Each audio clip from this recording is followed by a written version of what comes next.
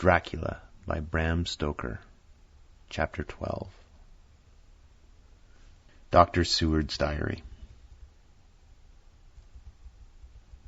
18 September.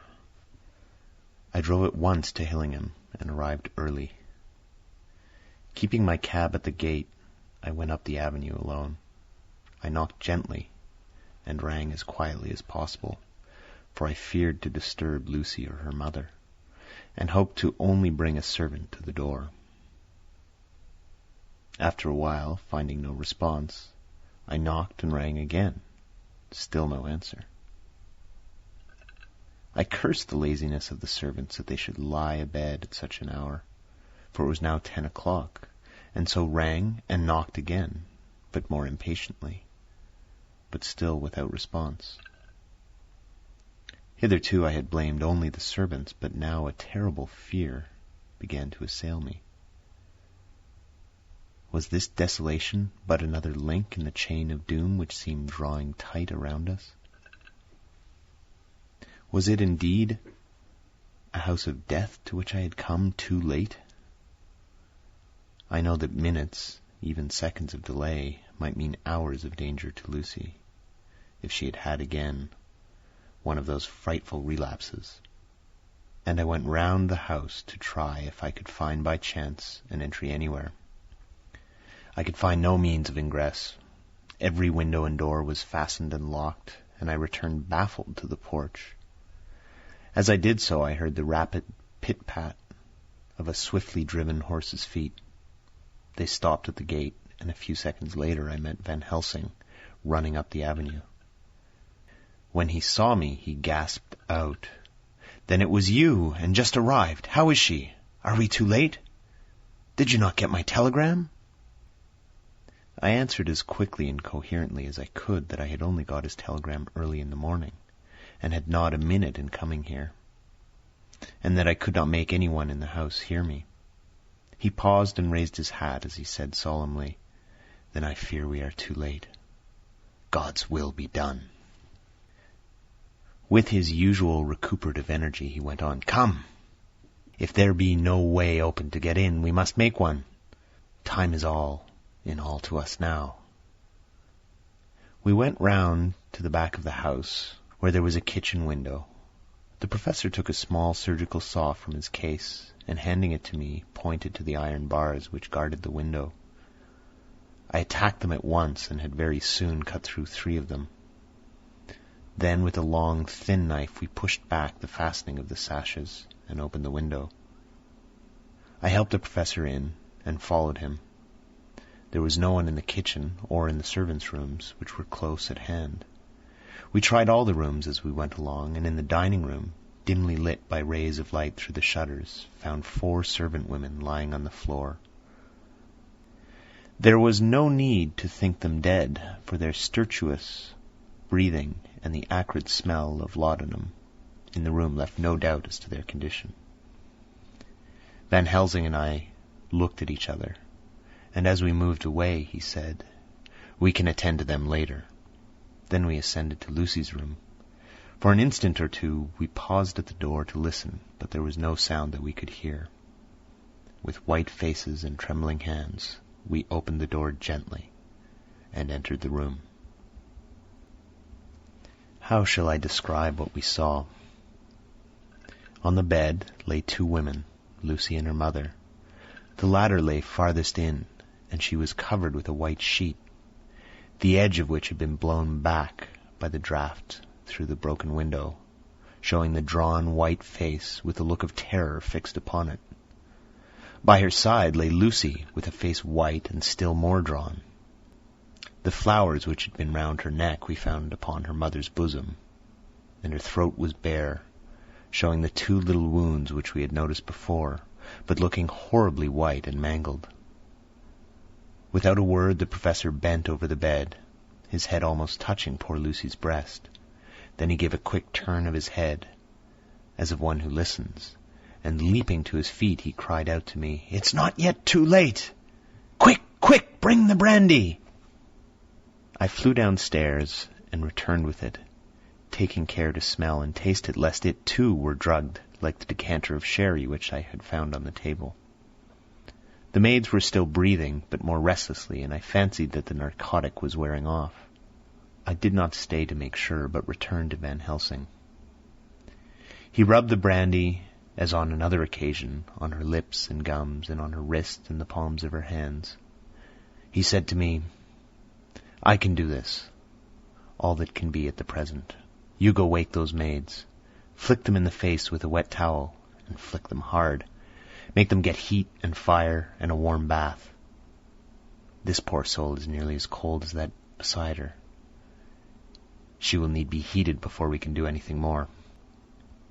I went at once and found little difficulty in waking 3 of the women. The 4th was only a young girl, and the drug had evidently affected her more strongly, so I lifted her on the sofa and let her sleep. The others were dazed at first, but as remembrance came back to them, they cried and sobbed in a hysterical manner. I was stern with them, however, and would not let them talk. I told them that one life was bad enough to lose, and if they delayed, they would sacrifice Miss Lucy. So, sobbing and crying, they went about their way, half-clad as they were, and prepared fire and water.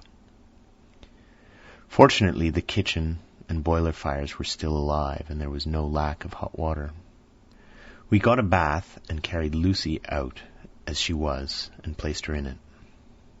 Whilst we were busy chafing her limbs, there was a knock at the hall door. One of the maids ran off, hurried on some more clothes, and opened it. Then she returned and whispered to us that there was a gentleman who had come with a message from Mr. Holmwood. I bade her simply tell him that he must wait, for we could see no one now. She went away with the message, and engrossed with her work, I clean forgot all about him. I never saw in all my experience the professor work in such deadly earnest. I knew, as he knew, that it was a stand-up fight with death, and in a pause told him so. He answered me in a way that I did not understand, but with the sternest look that his face could wear. If that were all, I would stop here where we are now, and let her fade away into peace, for I see no light in life over her horizon. He went on with his work, with, if possible, renewed and more frenzied vigor. Presently, we both began to be conscious that the heat was beginning to be of some effect. Lucy's heart beat a trifle more audibly to the stethoscope, and her lungs had a perceptible movement. Van Helsing's face almost beamed, and as we lifted her from the bath and rolled her in a hot sheet to dry her, he said to me, "The first gain is ours. Check to the king."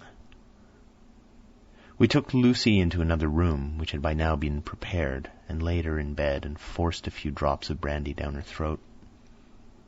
I noticed that Van Helsing tied a soft silk handkerchief round her throat. She was still unconscious, and was quite as bad as, if not worse than, we had ever seen her. Van Helsing called in one of the women and told her to stay with her and not take her eyes off her till we returned, and then beckoned me out of the room. "We must consult as to what is to be done," he said as we descended the stairs. In the hall he opened the dining-room door as we passed in, he closing the door carefully behind him. The shutters had been opened, but the blinds were already down, with that obedience to the etiquette of death which the British woman of the lower classes always rigidly observes. The room was, therefore, dimly dark. It was, however, light enough for our purposes. Van Helsing's sternness was somewhat relieved by a look of perplexity. He was evidently torturing his mind about something, so I waited for an instant, and he spoke. "What are we to do now? Where are we to turn for help? We must have another transfusion of blood, and that soon, or that poor girl's life won't be worth an hour's purchase. You are exhausted already. I am exhausted too. I fear to trust those women, even if they would have courage to submit. What are we to do for someone who will open his veins for her?" "What's the matter with me, anyhow?" The voice came from the sofa across the room, and its tones brought relief and joy to my heart, for they were those of Quincey Morris. Van Helsing started angrily at the first sound, but his face softened and a glad look came into his eyes as I cried out, "Quincy Morris!" and rushed towards him with outstretched hands. "What brought you here?" I cried as our hands met. "I guess art is the cause." He handed me a telegram. "Have not heard from Seward for 3 days. Am terribly anxious. Stop. Cannot leave. Stop. Father still in same condition. Stop. Send me word how Lucy is. Stop. Do not delay. Stop. Homewood." "I think I came just in the nick of time. You know you have only to tell me what to do." Van Helsing strode forward and took his hand, looking him straight in the eyes, and he said, "A brave man's blood is the best thing on this earth when a woman is in trouble. You're a man and no mistake. Well, the devil may work against us for all he's worth, but God sends us men when we want them." Once again we went through that ghastly operation. I have not the heart to go through with the details. Lucy had got a terrible shock, and it told on her more than before, for though plenty of blood went into her veins, her body did not respond to the treatment as well as on the other occasions. Her struggle back into life was something frightful to see and hear. However, the action of both heat and lungs improved, and Van Helsing made a subcutaneous injection of morphia as before, and with good effect. Her faint became a profound slumber. The professor watched whilst I went downstairs with Quincy Morris, and set one of the maids to pay off one of the cabmen who were waiting. I left Quincy lying down after having a glass of wine, and told the cook to get ready a good breakfast. Then a thought struck me, and I went back to the room where Lucy was now. When I came softly in, I found Van Helsing with a sheet or two of notepaper in his hand. He had evidently read it and was thinking it over as he sat with his hand to his brow. There was a look of grim satisfaction in his face, as of one who has had a doubt solved. He handed me the paper, saying only, "It dropped from Lucy's breast when we carried her to the bath." When I had read it, I stood looking at the professor, and after a pause asked him, "In God's name, what does it all mean? Was she or is she mad? What sort of horrible danger is it?" I was so bewildered that I did not know what to say any more. Van Helsing put out his hand and took the paper, saying, "Do not trouble about it now. Forget it for the present. You shall know and understand in all good time, but it will be later. And now, what is it that you came to me to say?" This brought me back to fact, and I was all myself again. "I came to speak about the certificate of death. If we do not act properly and wisely, there may be an inquest, and that paper would have to be produced. I am in hopes that we need have no inquest, for if we had it, it would surely kill poor Lucy if nothing else did. I know, and you know, and the other doctor who attended her knows, that Mrs. Westenra had disease of the heart, and we can certify that she died of it. Let us fill up the certificate at once, and I shall take it myself to the registrar, and go on to the undertaker." "Good. Oh, my friend John, well thought of. Truly Miss Lucy, if she be sad in the foes of that beset her, is at least very happy in the friends that love her. 1, 2, 3, all open their veins for her, besides one old man. Ah, yes, I know, friend John, I am not blind. I love you all the more for it. Now go."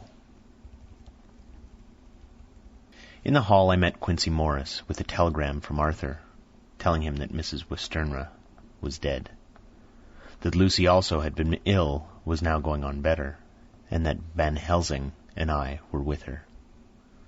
I told him where I was going, and he hurried me out. But as I was going, said, "When you come back, Jack, may I have 2 words with you, all to ourselves?" I nodded in reply and went out. I found no difficulty about the registration, and arranged with the local undertaker to come up in the evening to measure for the coffin and to make arrangements. When I got back, Quincy was waiting for me. I told him I would see him as soon as I knew about Lucy, and went up to her room. She was still sleeping, and the professor seemingly had not moved from his seat at her side. From his putting his finger to his lips, I gathered that he expected her to wake before long, and was afraid of forestalling nature. So I went down to Quincy and took him into the breakfast room, where the blinds were not drawn down, and which was a little more cheerful, or rather less cheerless, than the other rooms. When we were alone, he said to me, "Jack Seward, I don't want to shove myself in anywhere where I've no right to be, but this is no ordinary case. You know I love that girl and wanted to marry her.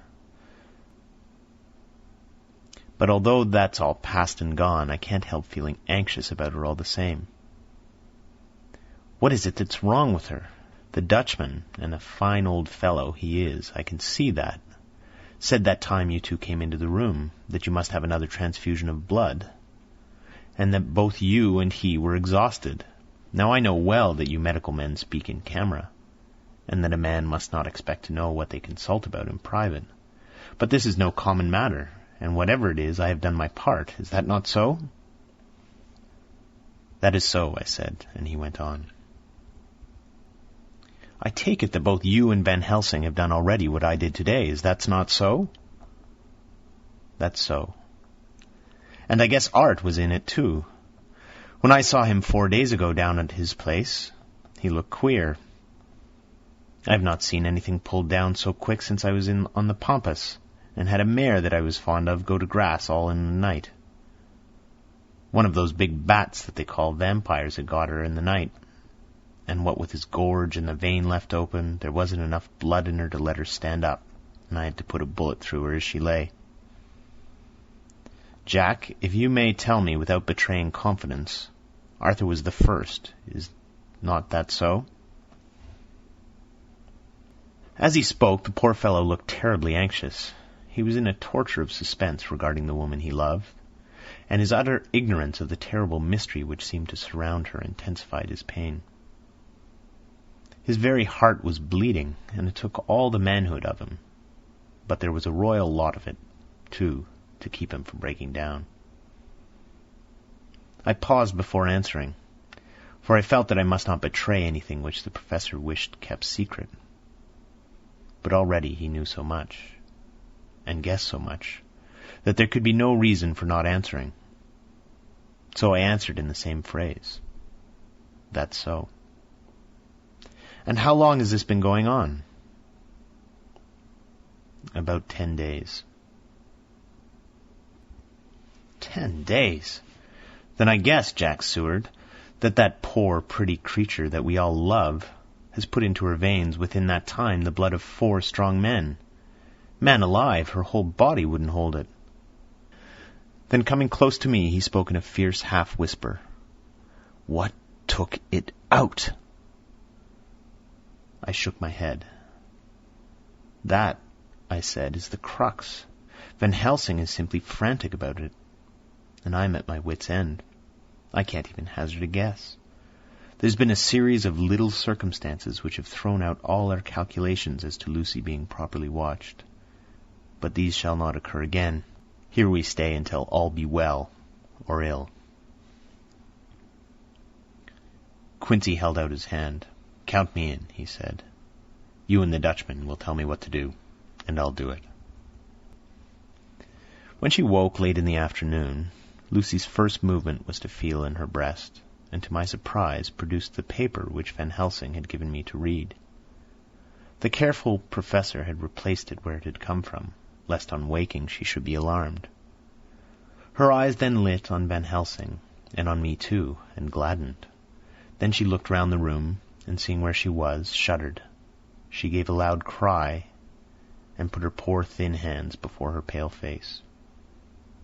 We both understood what was meant, that she had realized to the full her mother's death.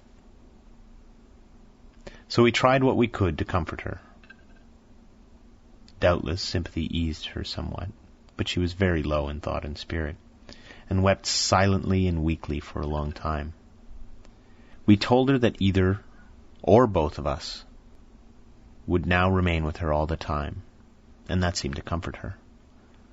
Towards dusk she fell into a doze. Here a very odd thing occurred. While still asleep, she took the paper from her breast and tore it in two. Van Helsing stepped over and took the pieces from her. All the same, however, she went on with the action of tearing, as though the material were still in her hands. Finally, she lifted her hands and opened them, as though scattering the fragments. Van Helsing seemed surprised, and his brows gathered as if in thought. But he said nothing.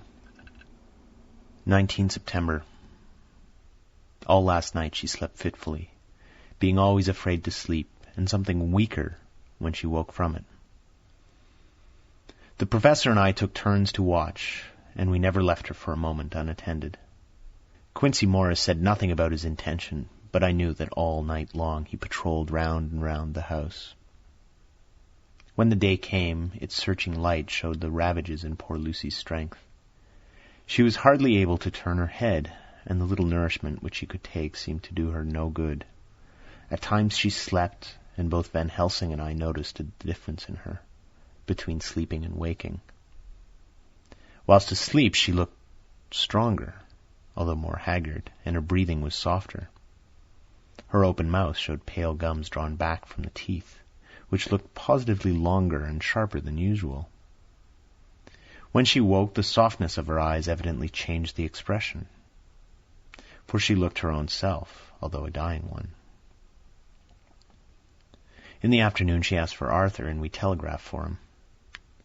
Quincey went off to meet him at the station.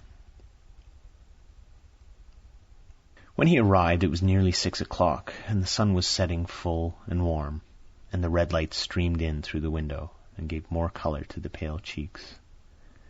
When he saw her, Arthur was simply choking with emotion, and none of us could speak. In the hours that had passed, the fits of sleep, or the comatose condition that passed for it, had grown more and more frequent, so that the pauses when the conversation was possible were shortened. Arthur's presence, however, seemed to act as a stimulant. She rallied a little and spoke to him more brightly than she had done since we arrived. He too pulled himself together and spoke as cheerily as he could, so that the best was made of everything. It is now nearly 1 o'clock, and he and Van Helsing are sitting with her. I am to relieve them in a quarter of an hour, and I am entering this on Lucy's phonograph. Until 6 o'clock they are to try to rest. I fear that tomorrow will end our watching, for the shock has been too great. The poor child cannot rally. God help us all. Letter, Mina Harker to Lucy Resternra, unopened by her. 17 September. My dearest Lucy, it seems an age since I had heard from you, or indeed since I wrote. You will pardon me, I know, for all my faults when you have read all my budget of news. Well, I got my husband back all right. When we arrived at Exeter, there was a carriage waiting for us, and in it, though he had an attack of gout, Mr. Hawkins. He took us to his house, where there were rooms for us, all nice and comfortable, and we dined together. After dinner, Mr. Hawkins said, My dears, I want to drink to your health and prosperity, and may every blessing attend you both. I know you both from children, and have, with love and pride, seen you grow up. Now I want you to make your home here with me. I have left to me neither chick nor child. All are gone, and in my will I have left you everything. I cried, Lucy dear, as Jonathan and the old man clasped hands. Our evening was a very, very happy one. So here we are installed in this beautiful old house, and from both my bedroom and the drawing-room I can see the great elms of the cathedral close, with their great black stems standing out against the old yellow stone of the cathedral. And I can hear the rooks overhead cawing and chattering and gossiping all day, after the manner of rooks and humans. I am busy, I need not tell you, arranging things and housekeeping. Jonathan and Mr. Hawkins are busy all day, for now that Jonathan is a partner, Mr. Hawkins wants to tell him all about the clients. How is your dear mother getting on? I wish I could run up to town for a day or two to see you, dear, but I dare not go yet, with so much on my shoulders, and Jonathan wants looking after still. He's beginning to put some flesh on his bones again, but he was terribly weakened by the long illness.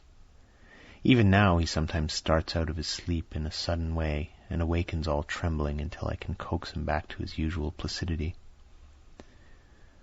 However, thank God these occasions grow less frequent as the days go on, and they will in time pass away altogether, I trust.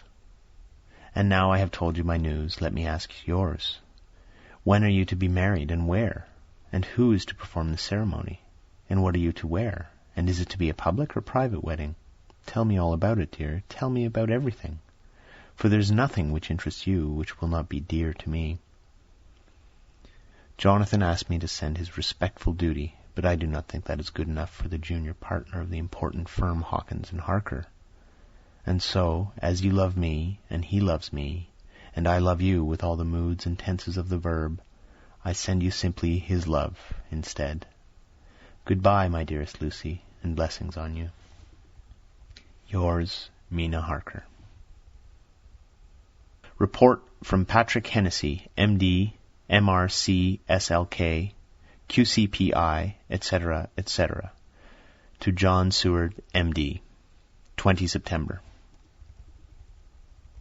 My dear Sir, in accordance with your wishes, I enclose report of the conditions of everything left in my charge. With regard to the patient, Renfield, there is more to say. He has had another outbreak, which might have had a dreadful ending, but which, as it fortunately happened, was unattended with any unhappy results. This afternoon a carrier's cart with 2 men made a call at the empty house whose grounds abut on ours, the house to which, you will remember, the patient twice ran away. The men stopped at our gate to ask the porter their way, as they were strangers. I was myself looking out of the study window, having a smoke after dinner, and saw one of them come up to the house. As he passed the window of Renfield's room, the patient began to rate him from the within, and called him all the foul names he could lay his tongue to. The man, who seemed a decent fellow enough, contented himself by telling him to shut up for a foul-mouthed beggar, whereupon our man accused him of robbing him and wanting to murder him, and said that he would hinder him if he were to swing for it. I opened the window and signed to the man not to notice, so he contented himself, after looking the place over and making up his mind as to what kind of place he had got to, by saying, "Lord bless you, sir, I wouldn't mind what was said to me in a blooming madhouse. I pity ye and the governor for having to live in the house with a wild beast like that." Then he asked his way civilly enough, and I told him where the gate of the empty house was. He went away, followed by threats and curses and revilings from our man. I went down to see if I could make out any cause for his anger, since he is usually such a well-behaved man, and except his violent fits, nothing of the kind had ever occurred. I found him, to my astonishment, quite composed and most genial in his manner. I tried to get him to talk of the incident, but he blandly asked me questions as to what I meant, and led me to believe that he was completely oblivious of the affair. It was, I am sorry to say, however, only another instance of his cunning, for within half an hour I heard of him again. This time he had broken out through the window of his room and was running down the avenue. I called for the attendants to follow me and ran after him, for I feared he was intent on some mischief. My fear was justified when I saw the same cart which had passed before coming down the road, having on it some great wooden boxes. The men were wiping their foreheads and were flushed in the face, as if with violent exercise. Before I could get up to him, the patient rushed at them, and pulling one of them off the cart, began to knock his head against the ground. If I had not seized him just at the moment, I believe he would have killed the man then and there. The other fellow jumped down and struck him over the head with the butt end of his heavy whip. It was a horrible blow, but he did not seem to mind it, but seized him also, and struggled with the 3 of us, pulling us to and fro as if we were kittens. You know I am no lightweight, and the others were both burly men.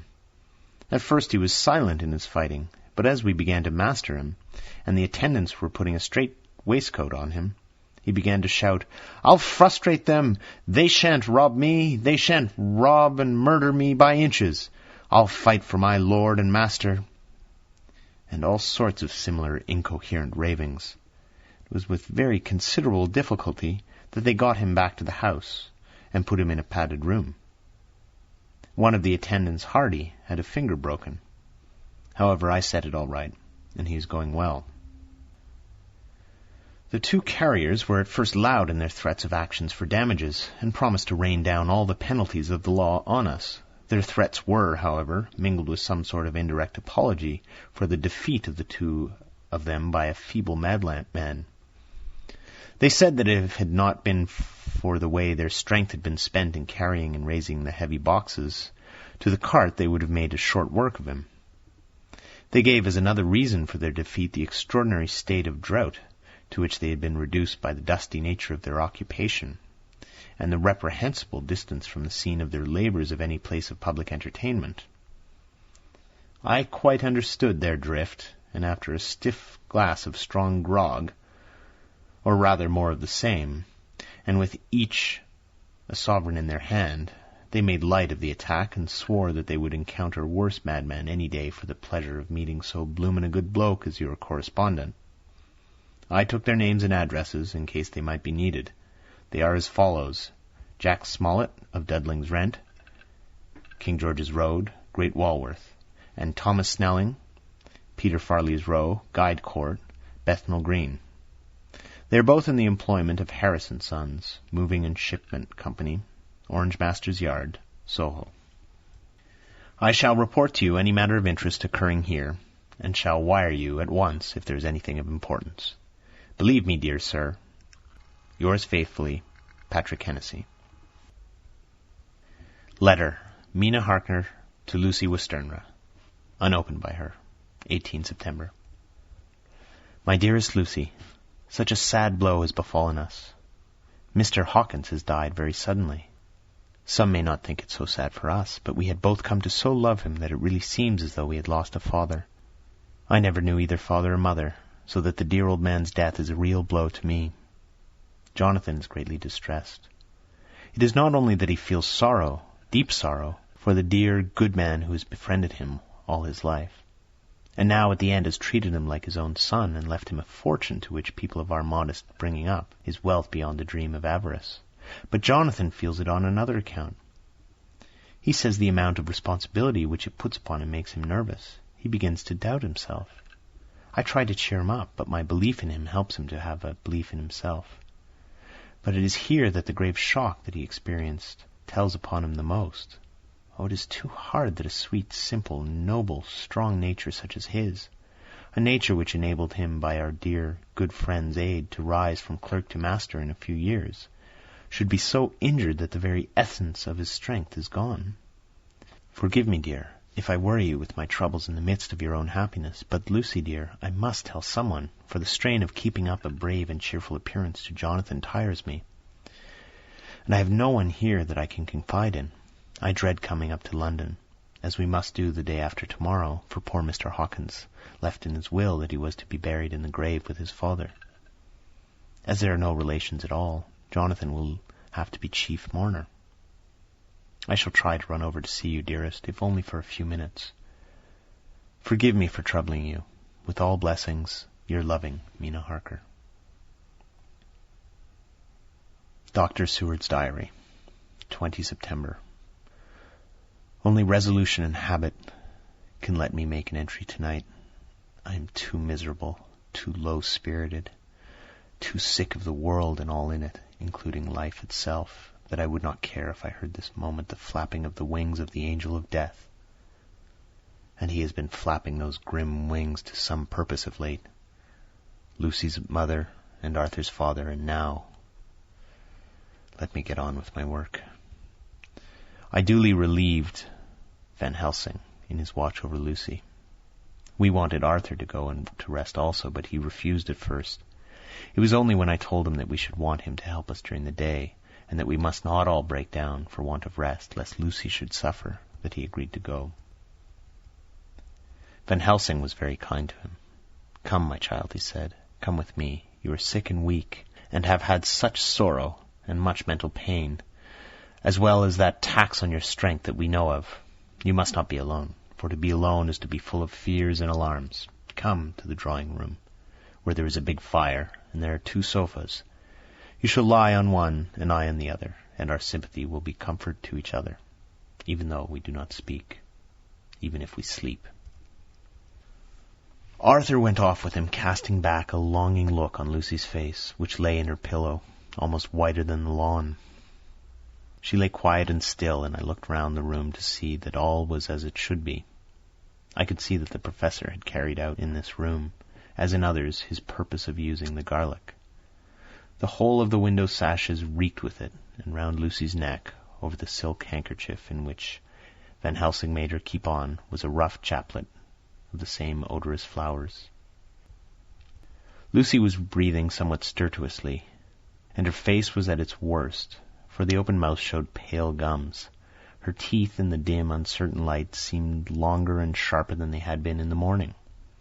In particular, by some trick of the light, the canine teeth looked longer and sharper than the rest. I sat down beside her, and presently she moved uneasily. At the same moment there came a sort of dull flapping or buffeting at the window. I went over to it softly and peeped out by the corner of the blind. There was full moonlight, and I could see that the noise was made by a great bat which wheeled round, doubtless attracted by the light, although so dim, and every now and again struck the window with its wings. When I came back to my seat, I found that Lucy had moved slightly, and had torn away the garlic flowers from her throat. I replaced them as well as I could, and sat watching her. Presently she woke, and I gave her food, as Van Helsing had prescribed. She took but a little, and that languidly. There did not seem to be with her now the unconscious struggle for life, and the strength that had hitherto marked her illness. It struck me as curious that the moment she became conscious she pressed the garlic flowers close to her. It was certainly odd that whatever she got into that lethargic state, with the stertorous breathing, she put the flowers from her, but that when she waked she clutched them close. There was no possibility of making any mistake about this, for in the long hours that followed she had many spells of sleeping and waking, and repeated both actions many times. At 6 o'clock Van Helsing came to relieve me. Arthur had then fallen into a doze, and he mercifully let him sleep on. When he saw Lucy's face, I could hear the hissing indraw of breath, and he said to me in a sharp whisper, "Drop the blind. I want light." Then he bent down, and with his face almost touching Lucy's, examined her carefully. He removed the flowers and lifted the silk handkerchief from her throat. As he did so, he started back, and I could hear his ejaculation, "Mein Gott!" and it was smothered in his throat. I bent over and looked too, and as I noticed, some queer chill came over me. The wounds on her throat had absolutely disappeared. For fully 5 minutes Van Helsing stood looking at her, with his face at its sternest. Then he turned to me and said calmly, "She is dying. It will not be long now. It will be much difference, mark me, whether she dies conscious or in her sleep. Wake that poor boy, and let him come to see the last. He trusts us, and we have promised him." I went to the dining room and waked him. He was dazed for a moment, but when he saw the sunlight streaming in through the edges of the shutters, he thought he was late and expressed his fear. I assured him that Lucy was still asleep, but told him as gently as I could that both Van Helsing and I feared that the end was near. He covered his face with his hands and slid down on his knees by the sofa, where he remained, perhaps a minute, with his head buried, praying, whilst his shoulders shook with grief. I took him by the hand and raised him up. "Come," I said, "my dear old fellow. Summon all your fortitude. It will be best and easiest for her." When we came into Lucy's room, I could see that Van Helsing had, with his usual forethought, been putting matters straight and making everything look as pleasing as possible. He had even brushed Lucy's hair so that it lay on the pillow in its usual sunny ripples. When we came into the room, she opened her eyes, and seeing him, she whispered softly, "Arthur, oh my love, I am so glad you have come." He was stooping to kiss her when Van Helsing motioned him back. "No," he whispered, "not yet. Hold her hand, it will comfort her more." So Arthur took her hand and knelt beside her, and she looked her best, with all the soft lines matching the angelic beauty of her eyes. Then gradually her eyes closed and she sank to sleep. For a little bit her breast heaved softly, and her breath came and went like a tired child's. And then, insensibly, there came the strange change which I had noticed in the night. Her breathing grew stertorous. The mouth opened, and the pale gums, drawn back, made the teeth look longer and sharper than ever. In a sort of sleep-waking, vague, unconscious way she opened her eyes, which were now dull and hard at once, and she said in a soft, voluptuous voice, such as I had never heard from her lips, "Arthur, oh, my love, I am so glad you have come. Kiss me." Arthur bent eagerly over to kiss her, but at that instant Van Helsing, who, like me, had been startled by her voice, swooped upon him and, catching him by the neck with both hands, dragged him back with a fury of strength which I had never thought he could have possessed, and actually hurled him almost across the room. "Not on your life," he said. "Not for your living soul and hers." And he stood between them like a lion at bay.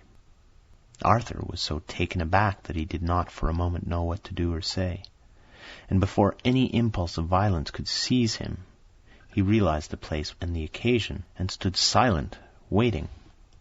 I kept my eyes fixed on Lucy, as did Van Helsing, and we saw a spasm as of rage flit like a shadow over her face. The sharp teeth clamped together. Her eyes closed, and she breathed heavily. Very shortly after, she opened her eyes in all their softness, and putting out her poor, pale, thin hand, took Van Helsing's great brown one. Drawing it close to her, she kissed it. "My true friend," she said in a faint voice, but with untellable pathos. "My true friend, and his. Oh, guard him, and give me peace." "I swear it," he said solemnly, kneeling beside her, and holding up his hand as one who registers an oath. Then he turned to Arthur and said to him, "Come, my child, take her hand in yours, and kiss her on the forehead, and only once." Their eyes met instead of their lips, and so they parted. Lucy's eyes closed, and Van Helsing, who had been watching closely, took Arthur's arm and drew him away. And then Lucy's breathing became stertorous again, and all at once it ceased. "It's all over," said Van Helsing. "She is dead." I took Arthur by the arm and led him to the drawing-room, where he sat down and covered his face with his hands, sobbing in a way that nearly broke me down to see. I went back to the room and found Van Helsing looking at poor Lucy, and his face was sterner than ever. Some change had come over her body. Death had given back part of her beauty, for her brow and cheeks had recovered some of their flowing lines. Even the lips had lost their deadly pallor. It was as if the blood, no longer needed for the working of the heart, had gone to make the harshness of death as little rude as might be. We thought her dying while she slept, and sleeping while she died. I stood beside Van Helsing and said, "Ah, well, poor girl, there's peace for her at last. It is the end." He turned to me and said with a grave solemnity, "Not so, alas, not so. It is only the beginning." When I asked him what he meant, he only shook his head and answered, "We can do nothing as yet. Wait and see." End of chapter 12.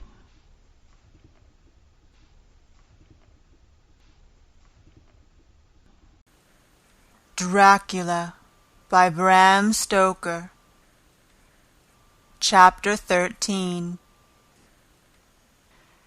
Dr. Seward's Diary continued. The funeral was arranged for the next succeeding day, so that Lucy and her mother might be buried together. I attended to all the ghastly formalities, and the urbane undertaker proved that his staff was afflicted or blessed with something of his own ubiquitous suavity. Even the woman who performed the last offices for the dead remarked to me, in a confidential, brother-professional way, when she had come out from the death-chamber, "She makes a very beautiful corpse, sir. It's quite a privilege to attend on her. It's not too much to say that she will do credit to our establishment. I noticed that Van Helsing never kept far away. This was possible from the disordered state of things in the household. There were no relatives at hand, and as Arthur had to be back the next day to attend at his father's funeral, we were unable to notify anyone who should have been bidden. Under the circumstances, Van Helsing and I took it upon ourselves to examine papers, etc. He insisted upon looking over Lucy's papers himself. I asked him why, for I feared that he, being a foreigner, might not be quite aware of English legal requirements, and so might in ignorance make some unnecessary trouble. He answered me, I know. You forget that I am a lawyer as well as a doctor, but this is not altogether for the law. You knew that when you avoided the coroner. I have more than him to avoid. There may be papers more, such as this." As he spoke, he took from his pocket-book the memorandum which had been in Lucy's breast, and which she had torn in her sleep. "When you find anything of the solicitors for the late Mrs. Westerna, seal all her papers, and write him tonight. For me, I watch here in the room and in Miss Lucy's old room all night, and I myself search for what may be. It is not well that her very thoughts go into the hands of strangers." I went on with my part of the work, and in another half-hour had found the name and address of Mrs. Westerna's solicitor, and had written to him. All the poor lady's papers were in order. Explicit directions regarding the place of the burial were given. I had hardly sealed the letter when, to my surprise, Van Helsing walked into the room, saying, "Can I help you, friend John? I am free, and if I may, my service is to you." "Have you got what you looked for?" I asked. To which he replied, "I did not look for any specific thing. I only hoped to find, and find I have, all that there was. Only some letters and a few memoranda, and a diary new begun, but I have them here, and we shall for the present say nothing of them. I shall see that poor lad tomorrow evening, and, with his sanction, I shall use some." When we had finished the work in hand, he said to me, "And now, friend John, I think we may to bed. We want sleep, both you and I, and rest to recuperate. Tomorrow we shall have much to do, but for tonight there is no need of us, alas." Before turning in, we went to look at poor Lucy. The undertaker had certainly done his work well, for the room was turned into a small chapelle andante. There was a wilderness of beautiful white flowers, and death was made as little repulsive as might be. The end of the winding sheet was laid over the face. When the professor bent over and turned it gently back, we both started at the beauty before us, the tall wax candle showing a sufficient light to note it well. All Lucy's loveliness had come back to her in death, and the hours that had passed, instead of leaving traces of decays effacing fingers, had but restored the beauty of life, till positively I could not believe my eyes that I was looking at a corpse. The professor looked sternly grave. He had not loved her as I had, and there was no need for tears in his eyes. He said to me, "Remain till I return," and left the room. He came back with a handful of wild garlic from the box waiting in the hall, but which had not been opened, and placed the flowers amongst the others on and around the bed. Then he took from his neck, inside his collar, a little gold crucifix, and placed it over the mouth. He restored the sheet to its place, and we came away. I was undressing in my own room when, with a premonitory tap at the door, he entered, and at once began to speak. "Tomorrow I want you to bring me, before night, a set of post-mortem knives." "Must we make an autopsy?" I asked. "Yes, and no. I want to operate, but not what you think. Let me tell you now, but not a word to another. I want to cut off her head and take out her heart." "Ah, you are a surgeon and so shocked. You whom I have seen with no tremble of hand or heart do operations of life and death that make the rest shudder. Oh, but I must not forget, my dear friend John, that you loved her, and have not forgotten it, for it is I that shall operate, and you must not help. I would like to do it tonight, but for Arthur I must not. He will be free after his father's funeral tomorrow, and he will want to see her, to see it. Then, when she is coffined ready for the next day, you and I shall come when all asleep. We shall unscrew the coffin lid, and shall do our operation, and then replace all, so that none know, save we alone. But why do it at all? The girl is dead. Why mutilate her poor body without need? And if there is no necessity for a post-mortem, and nothing to gain by it, no good to her, to us, to science, to human knowledge, why do it? Without such it is monstrous. For answer, he put his hand on my shoulder and said, with infinite tenderness, "Friend John, I pity your poor bleeding heart, and I love you the more because it does so bleed. If I could, I would take on myself the burden that you do bear, but there are things that you know not, but that you shall know, and bless me for knowing, though they are not pleasant things. John, my child, you have been my friend now how many years, and yet did you ever know me to do any without good cause? I may err, I am but a man, but I believe in all I do. Was it not for these causes that you sent for me when the great trouble came? Yes. Were you not amazed, nay horrified, when I would not let Arthur kiss his love, though she was dying, and snatched him away by all my strength? Yes.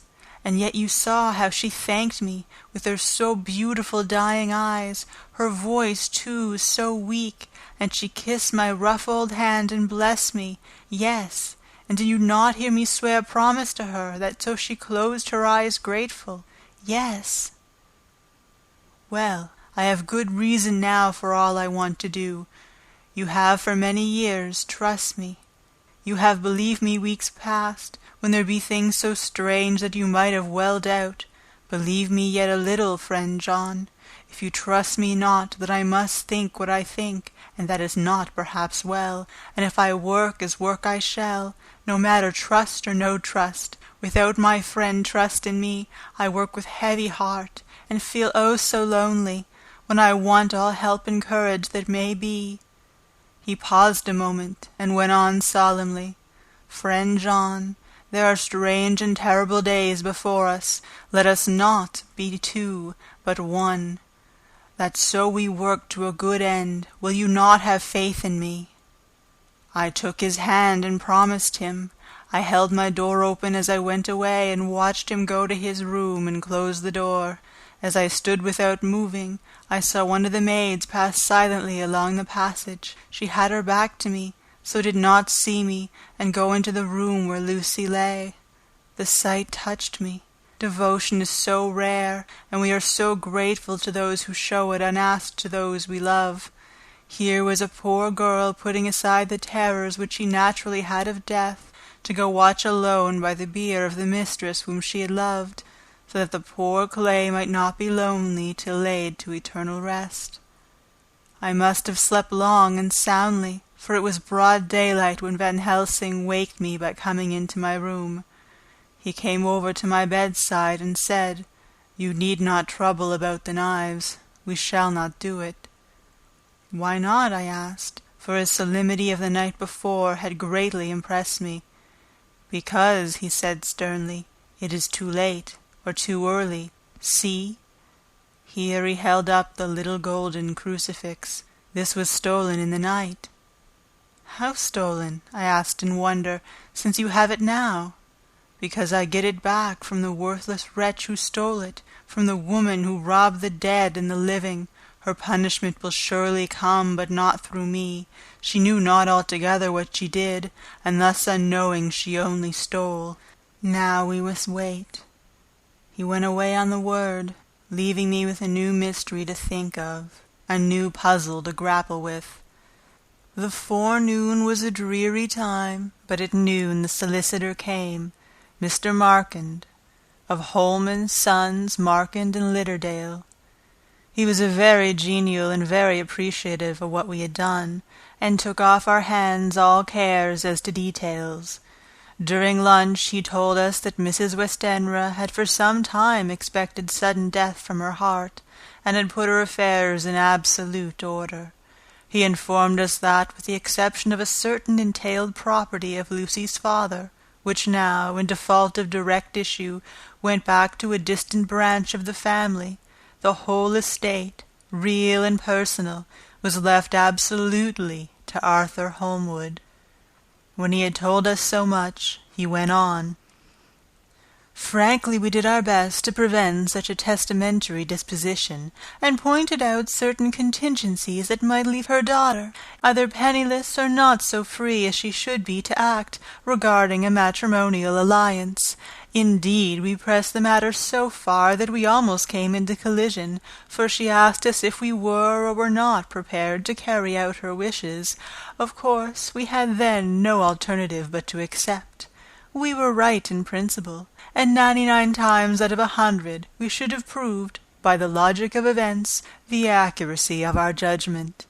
Frankly, however, I must admit that in this case any other form of disposition would have rendered impossible the carrying out of her wishes, for by her predeceasing her daughter, the later would have come into possession of the property, and, even if she had only survived her mother by 5 minutes, her property would, in case there were no will, and a will was a practical impossibility in this case, have been treated at her decease as under intestacy, in which case Lord Godalming, though so dear a friend, would have had no claim in the world, and the inheritors, being remote, would not be likely to abandon their just rights for sentimental reasons regarding an entire stranger.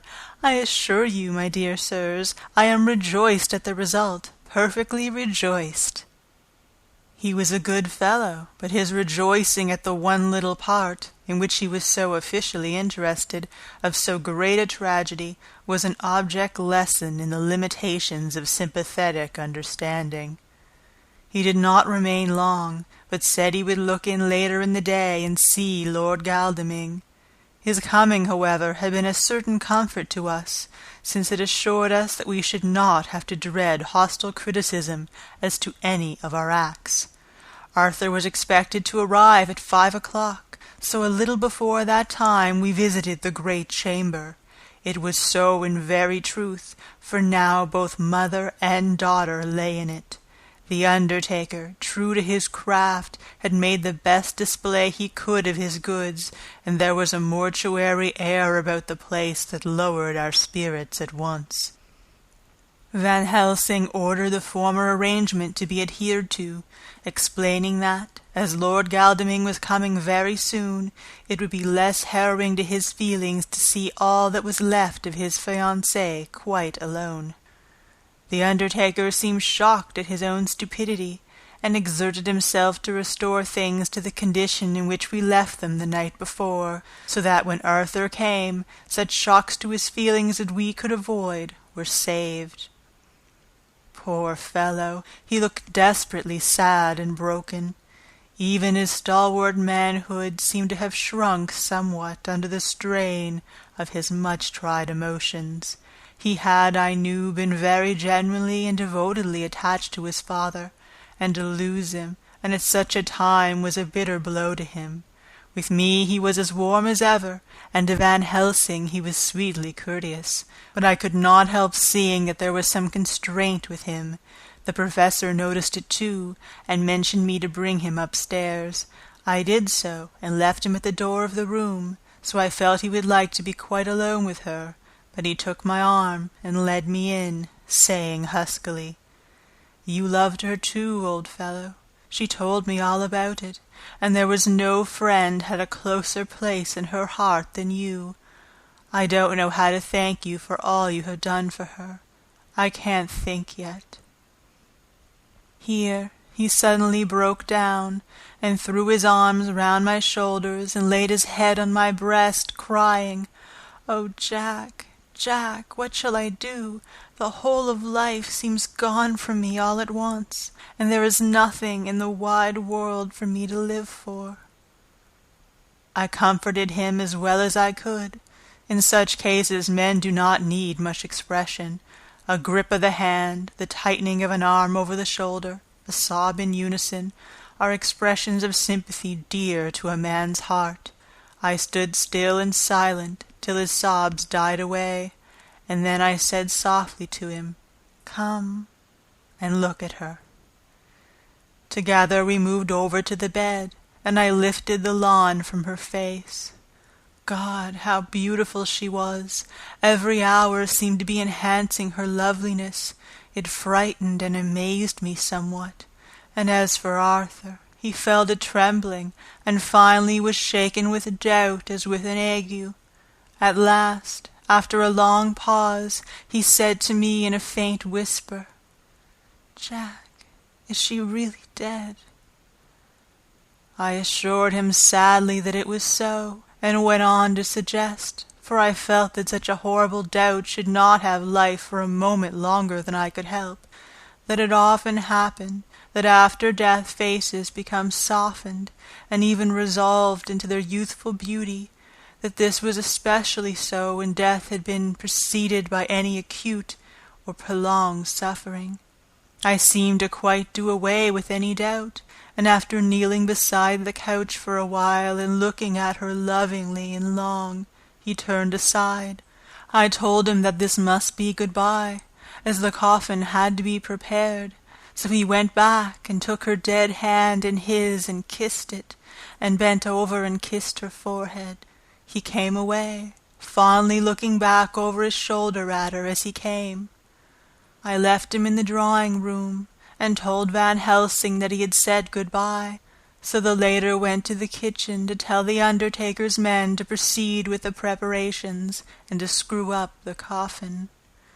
When he came out of the room again, I told him of Arthur's question, and he replied, "I am not surprised. Just now I doubted for a moment myself." We all dined together, and I could see that poor Art was trying to make the best of things. Van Helsing had been silent all dinner-time, but when we had lit our cigars, he said, "Lord—" But Arthur interrupted him.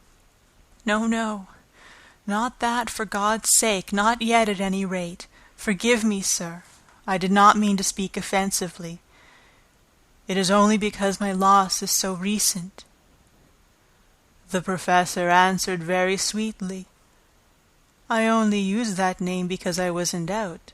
I must not call you Mr., and I have grown to love you. Yes, my dear boy, to love you as Arthur."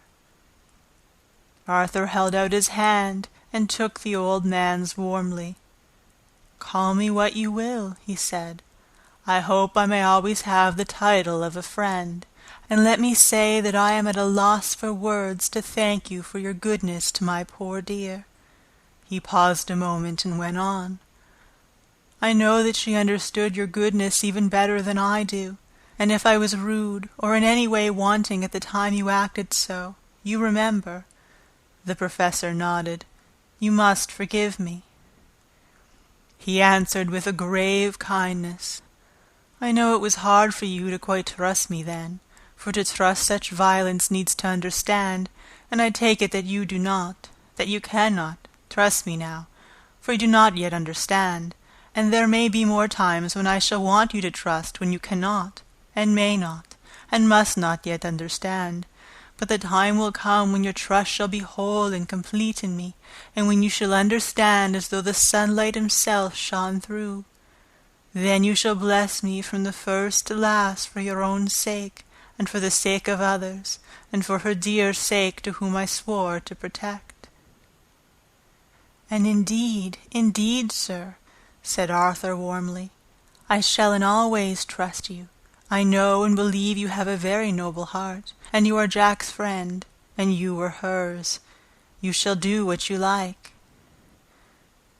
The professor cleared his throat a couple of times, as though about to speak, and finally said, "May I ask you something now?" "Certainly." "You know that Mrs. Westenra left you all her property?" "No, poor dear, I never thought of it." and as it is all yours, you have a right to deal with it as you will. I want you to give me the permission to read all Mrs. Lucy's papers and letters. Believe me, it is no idle curiosity.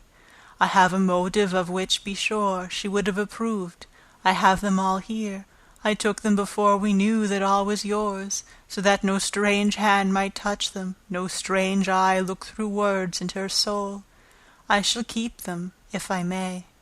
Even you may not see them yet, but I shall keep you safe. No word shall be lost, and in good time I shall give them back to you. It is not a hard thing that I ask, but you will do it, will you not, for Lucy's sake?" Arthur spoke out heartily, like his old self. "Dr. Van Helsing, you may do what you will. I feel that in saying this I am doing what my dear one would have approved. I shall not trouble you with questions till the time comes." The old professor stood up as he said solemnly, "And you are right. There will be pain for us all, but it will not be all pain, nor will this pain be the last. We and you too, you most of all, dear boy, will have to pass through the bitter water before we reach the sweet. But we must be brave of heart and unselfish, and do our duty, and all will be well." I slept on a sofa in Arthur's room that night.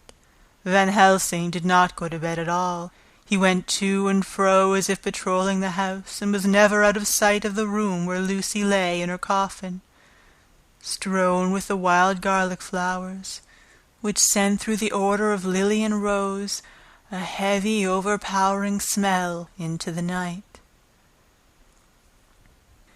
Mina Harker's Journal, 22 September. In the train to Exeter, Jonathan sleeping. It seems only yesterday that the last entry was made, and yet how much between then. In Whitby, and all the world before me, Jonathan away, and no news of him. And now, married to Jonathan, Jonathan a solicitor, a partner, rich, master of his business, Mr. Hawkins dead and buried, and Jonathan with another attack that may harm him. Some day he may ask me about it. Down it all goes. I am rusty in my shorthand. See what unexpected prosperity does for us, so it may be as well to freshen it up again with an exercise anyhow. The service was very simple and very solemn. There were only ourselves and the servants there, one or two old friends of his from Exeter, his London agent, and a gentleman representing Sir John Paxton, the president of the Incorporated Law Society. Jonathan and I stood hand in hand, and we felt that our best and dearest friend was gone from us. We came back to town quietly, taking a bus to Hyde Park Corner. Jonathan thought it would interest me to go into the Row for a while, so we sat down. But there were very few people there, and it was sad-looking and desolate to see so many empty chairs. It made us think of the empty chair at home, so we got up and walked down Piccadilly. Jonathan was holding me by the arm, the way he used to in the old days before I went to school. I felt it very improper, for you can't go on for some years teaching etiquette and decorum to other girls without the pedantry of it biting into yourself a bit. But it was Jonathan, and he was my husband, and we didn't know anybody who saw us, and we didn't care if they did, so on we walked. I was looking at a very beautiful girl, in a big cartwheel hat, sitting in a Victoria, outside Galenios, when I felt Jonathan clutch my arm so tight that he hurt me, and he said, under his breath, "My God." I am always anxious about Jonathan, for I fear that some nervous fit may upset him again, so I turned to him quickly and asked him what it was that disturbed him. He was very pale, and his eyes seemed bulging out as, half in terror and half in amazement, he gazed at a tall, thin man, with a beaky nose and black mustache and pointing beard, who was also observing the pretty girl. He was looking at her so hard that he did not see either of us, and so I had a good view of him. His face was not a good face. It was hard and cruel and sensual, and big white teeth that looked all the whiter because his lips were so red, were pointed like an animal's. Jonathan kept staring at him till I was afraid he would notice. I feared he might take it ill. He looked so fierce and nasty. I asked Jonathan why he was disturbed, and he answered, evidently thinking I knew as much about it as he did. "Do you see who it is?" "No, dear," I said. "I don't know him. Who is it?" His answer seemed to shock and thrill me, for it was said as if he did not know that it was me, Mina, to whom he was speaking. "It is the man himself." The poor dear was evidently terrified at something, very greatly terrified. I do believe that if he had not had me to lean on and to support him, he would have sunk down. He kept staring. A man came out of the shop with a small parcel and gave it to the lady, who then drove off. The dark man kept his eyes fixed on her, and when the carriage moved up Piccadilly, he followed in the same direction and hailed a hansom.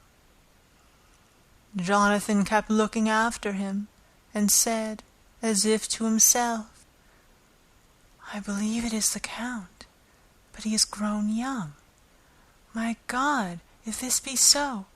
Oh, my God, if only I knew, if only I knew!" He was distressing himself so much that I feared to keep his mind on the subject by asking him any questions, so I remained silent. I drew away quietly, and he, holding my arm, came easily. We walked a little further, and then went in and sat for a while in the Green Park. It was a hot day for autumn, and there was a comfortable seat in a shady place. After a few minutes staring at nothing, Jonathan's eyes closed, and he went quickly into his sleep, with his head on my shoulder. I thought it was the best thing for him, so did not disturb him. In about 20 minutes he woke up, and said to me, quite cheerfully, "Why, Mina, have I been asleep? Oh, do forgive me for being so rude. Come, and we'll have a cup of tea somewhere." He had evidently forgotten all about the dark stranger. As in his illness, he had forgotten all that this episode had reminded him of. I don't like this lapsing into forgetfulness. It may make or continue some injury to the brain. I must not ask him, for fear I shall do more harm than good, but I must somehow learn the facts of his journey abroad.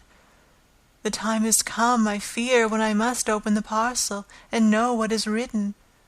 Oh, Jonathan, you will, I know, forgive me if I do wrong, but it is for your own dear sake. Later, a sad homecoming in every way, the house empty of the dear soul who was so good to us. Jonathan still pale and dizzy under a slight relapse of his malady, and now a telegram from Van Helsing, whoever he may be. "You will be grieved to hear that Mrs. Westenra died 5 days ago, and that Lucy died the day before yesterday. They were both buried today." Oh, what a wealth of sorrow in a few words. Poor Mrs. Westenra, poor Lucy, gone, never to return to us, and poor Arthur, to have lost such a sweetness out of his life. God help us all to bear our troubles. Dr. Seward's Diary continued. 22 September. It is all over. Arthur has gone back to Ring, and has taken Quincey Morris with him. What a fine fellow is Quincey! I believe in my heart of hearts that he suffered as much about Lucy's death as any of us, but he bore himself through it like a moral Viking. If America can go on breeding men like that, she will be a power in the world indeed. Van Helsing is lying down, having a rest preparatory to his journey. He goes to Amsterdam tonight, but says he will return tomorrow night, that he only wants to make some arrangements, which can only be made personally. He is to stop with me then, if he can. He says he has work to do in London which may take him some time. Poor old fellow! I fear that the strain of the past week has broken down even his iron strength. All the time of the burial he was, I could see, putting some terrible restraint on himself. When it was all over, we were standing beside Arthur, who, poor fellow, was speaking of his part in the operation, where his blood had been transfused to his Lucy's veins. I could see Van Helsing's face grow white and purple by turns. Arthur was saying he felt since then as if they two had been really married, and that she was his wife in the sight of God. None of us said a word of the other two operations, and none of us ever shall. Arthur and Quincey went away together to the station, and Van Helsing and I came on here. The moment we were alone in the carriage, he gave way to a regular fit of hysterics. He has denied to me since that it was hysterics, and insisted that it was only a sense of humor asserting itself under very terrible conditions. He laughed till he cried, and I had to draw down the blinds, lest anyone should see us and misjudge. And then he cried, till he laughed again, and laughed and cried together, just as a woman does. I tried to be stern with him, as one is to a woman under the circumstances, but it had no effect. Men and women are so different in manifestations of nervous strength or weakness. Then, when his face grew grave and stern again, I asked him why his mirth, and why at such a time. His reply was in a way characteristic of him, for it was logical and forceful and mysterious. He said, "Ah, you don't comprehend, friend John. Do not think that I am not sad though I laugh. See, I have cried even when the laugh did choke me. But no more think that I am sorry when I cry, for the laugh he come just the same. Keep it always with you, that laughter who knock at your door and say, 'May I come in?' It is not true laughter. No, he is a king, and he come when and how he like. He ask no person, he choose no time of suitability. He say, 'I am here.' Behold an example I grieve my heart out, for that so young sweet girl. I give my blood for her, though I am old and worn. I give my time, my skill, my sleep. I let my other sufferers want, that she may have it all. And yet I can laugh at her very grave, laugh when the clay from the spade of the sexton drop upon her coffin, and say thud, thud, to my heart, till it send back the blood from my cheek. My heart bleed for that poor boy, that dear boy. So of an age of mine own boy, had I been so blessed that he live, and with his hair and eyes the same. There, you know now why I love him so. And yet when he say things that touch my husband heart to the quick, and make my father heart yearn to him as to no other man, not even you, friend John, for we are more level in experiences than father and son. Yet even at such a moment, King Laugh he come to me and shout and bellow in my ear, here I am, till the blood come dance back and bring some of the sunshine that he carry with him to my cheek. Oh, friend John, It is a strange world, a sad world, a world full of miseries and woes and troubles. And yet when King Laugh come, he make them all dance to the tune he play. Bleeding hearts and dry bones of the churchyard, and tears that burn as they fall, all dance together to the music that he make with his smileless mouth of him. And believe me, friend John, that he is good to come, and kind. Ah, we men and women are like ropes drawn tight with strain that pull us different ways. Then tears come, and like the rain on the ropes they brace us up, until perhaps the strain become too great, and we break. But King Laugh he come like the sunshine, and he ease off the strain again, and we bear to go on with our labor, what it may be. I did not like to wound him by pretending not to see his idea. But as I did not yet understand the cause of his laughter, I asked him. As he answered me, his face grew stern, and he said in quite a different tone, "Oh, it was the grim irony of it all, this so lovely lady, garlanded with flowers, that looked so fair as life, till one by one we wondered if she were truly dead. She laid in that so fine marble house, in that lonely churchyard, where rest so many of her kin, laid there with the mother who loved her, and whom she loved, and that sacred bell going toll, toll, toll, so sad and slow, and those holy men, with the white garments of the angel, pretending to read books, and yet all the time their eyes never on the page, and all of us with the bowed head. And for what? She is dead, so, is it not?" "Well, for the life of me, Professor," I said, "I can't see anything to laugh at in all that. Why, your expression makes it a harder puzzle than before. But even if the burial service was comic, what about poor Art and his trouble? Why, his heart was simply breaking." "Just so. Said he not that the transfusion of his blood to her veins had made her truly his bride?" "Yes, and it was a sweet and comforting idea for him." "Quite so. But there was a difficulty, friend John. If so that, then what about the others? Ho, ho.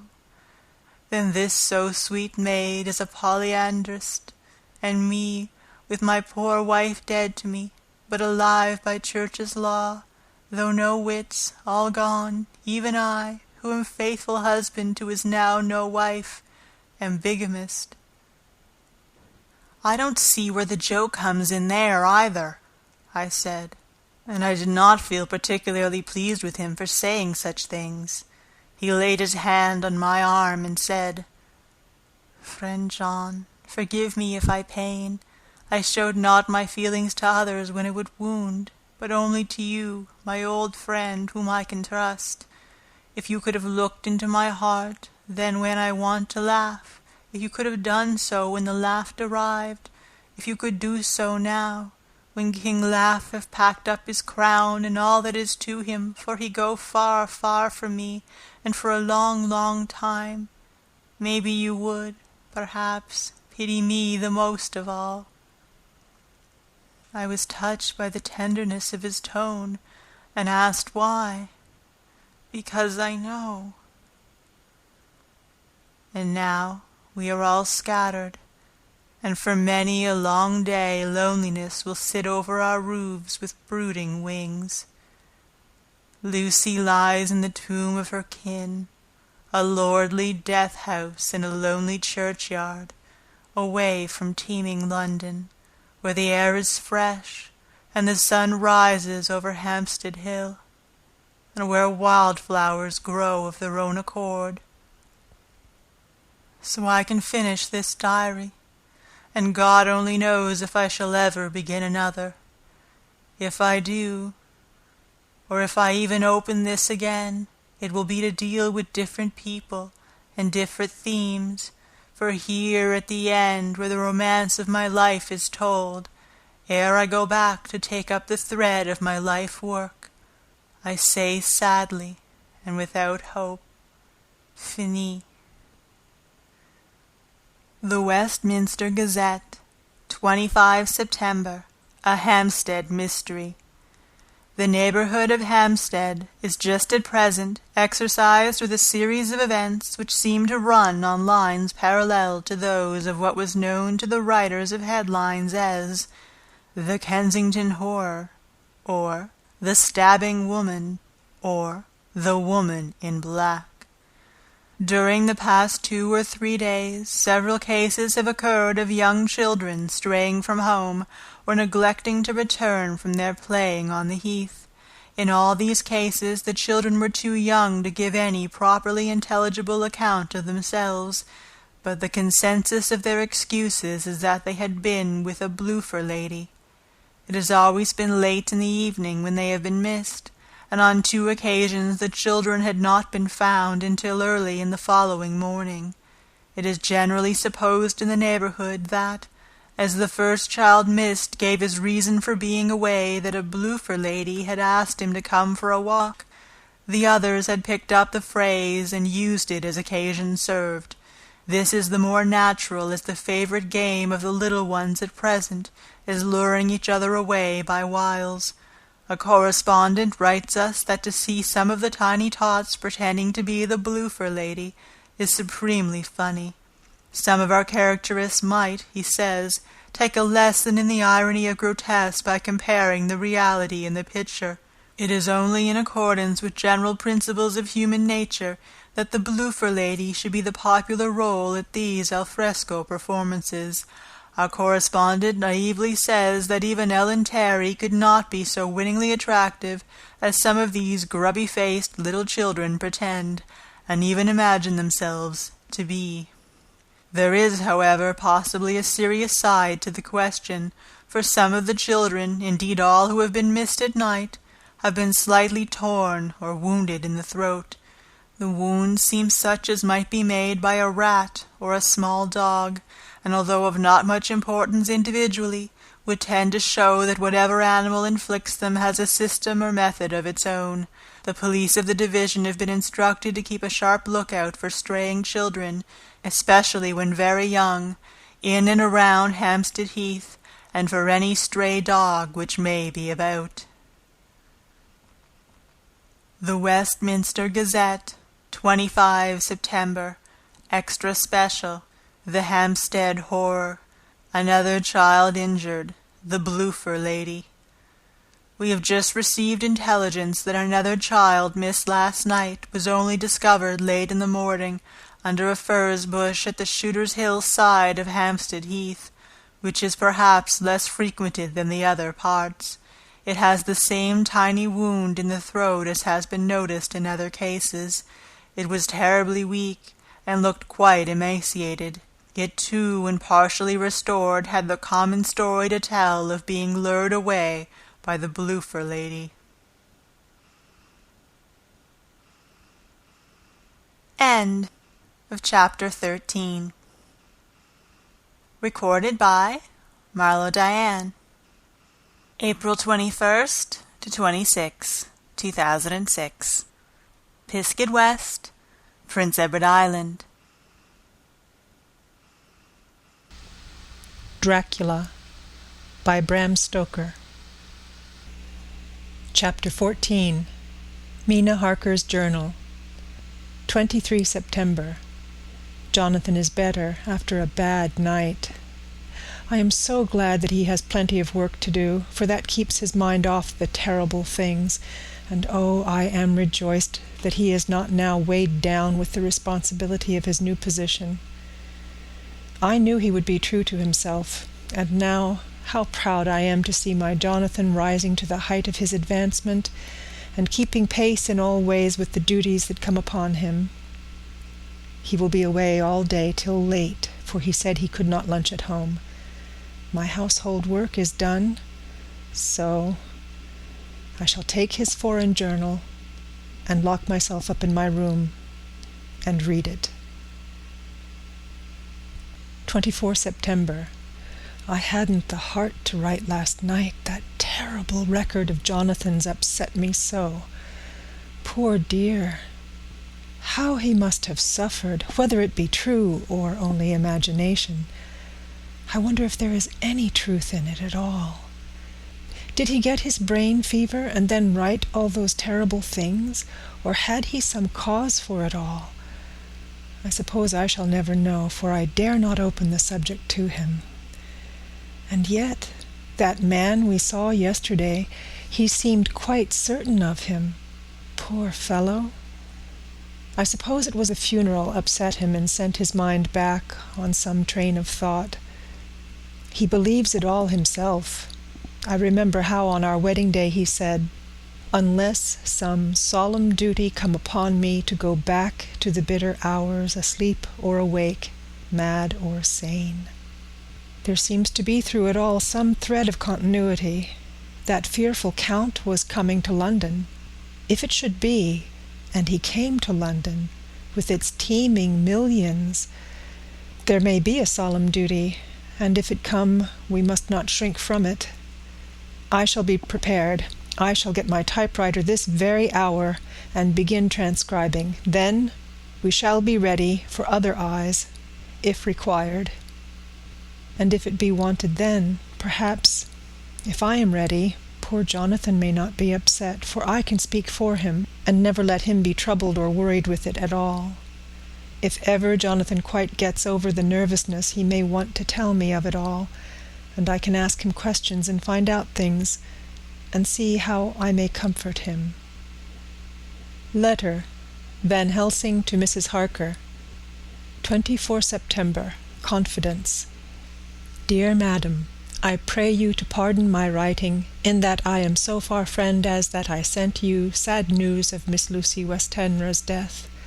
By the kindness of Lord Godalming, I am empowered to read her letters and papers, for I am deeply concerned about certain matters vitally important. In them I find some letters from you, which show how great friends you were and how you love her. Oh, Madam Mina, by that love, I implore you, help me.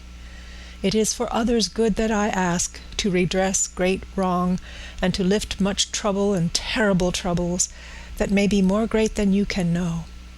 May it be that I see you? You can trust me. I am friend of Dr. John Seward, and of Lord Godalming, that was Arthur of Miss Lucy. I must keep it private for the present from all. I should come to Exeter to see you at once, if you tell me I am privileged to come, and where and when. I implore your pardon, madam. I have read your letters to poor Lucy, and know how good you are, and how your husband suffer. So I pray you, if it may be, enlighten him not, lest it may harm. Again your pardon, and forgive me. Van Helsing. Telegram Mrs. Harker to Van Helsing, 25 September. Come today by 10:15 train, if you can catch it. Can see you any time you call. Wilhelmina Harker. Mina Harker's Journal, 25 September. I cannot help feeling terribly excited as the time draws near for the visit of Dr. Van Helsing, for somehow I expect that it will throw some light upon Jonathan's sad experience, and as he attended poor dear Lucy in her last illness, he can tell me all about her. That is the reason of his coming. It is concerning Lucy and her sleepwalking, and not about Jonathan. Then I shall never know the real truth now. How silly I am! That awful journal gets hold of my imagination and tinges everything with something of its own color. Of course it is about Lucy. That habit came back to the poor dear, and that awful night on the cliff must have made her ill. I had almost forgotten in my own affairs how ill she was afterwards. She must have told him of her sleepwalking adventure on the cliff, and that I knew all about it, and now he wants me to tell him what I know, so that he may understand. I hope I did right in not saying anything of it to Mrs. Westenra. I should never forgive myself if any act of mine, were it even a negative one, brought harm on poor dear Lucy. I hope, too, Dr. Van Helsing will not blame me. I have had so much trouble and anxiety of late that I feel I cannot bear more just at present. I suppose a cry does us all good at times, clears the air as other rain does. Perhaps it was reading the journal yesterday that upset me, and then Jonathan went away this morning to stay away from me a whole day and night, the first time we have been parted since our marriage. I do hope the dear fellow will take care of himself, and that nothing will occur to upset him. It is 2:00, and the doctor will be here soon now. I shall say nothing of Jonathan's journal, unless he asks me. I am so glad I have typewritten out my own journal, so that in case he asks about Lucy I can hand it to him. It will save much questioning. Later. He has come and gone. Oh, what a strange meeting, and how it all makes my head whirl round. I feel like one in a dream. Can it be all possible, or even a part of it? If I had not read Jonathan's journal first, I should never have accepted even a possibility. Poor, dear Jonathan.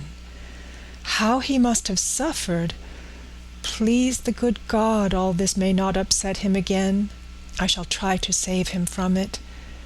But it may be even a consolation and a help to him, terrible though it be, and awful in its consequences, to know for certain that his eyes and ears and brain did not deceive him, and that it is all true.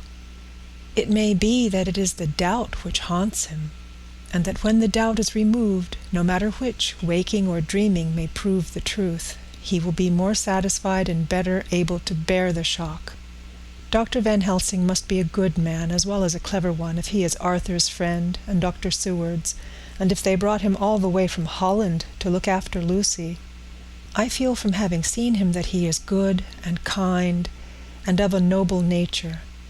When he comes tomorrow, I shall ask him about Jonathan, and then, please God, all this sorrow and anxiety may lead to a good end.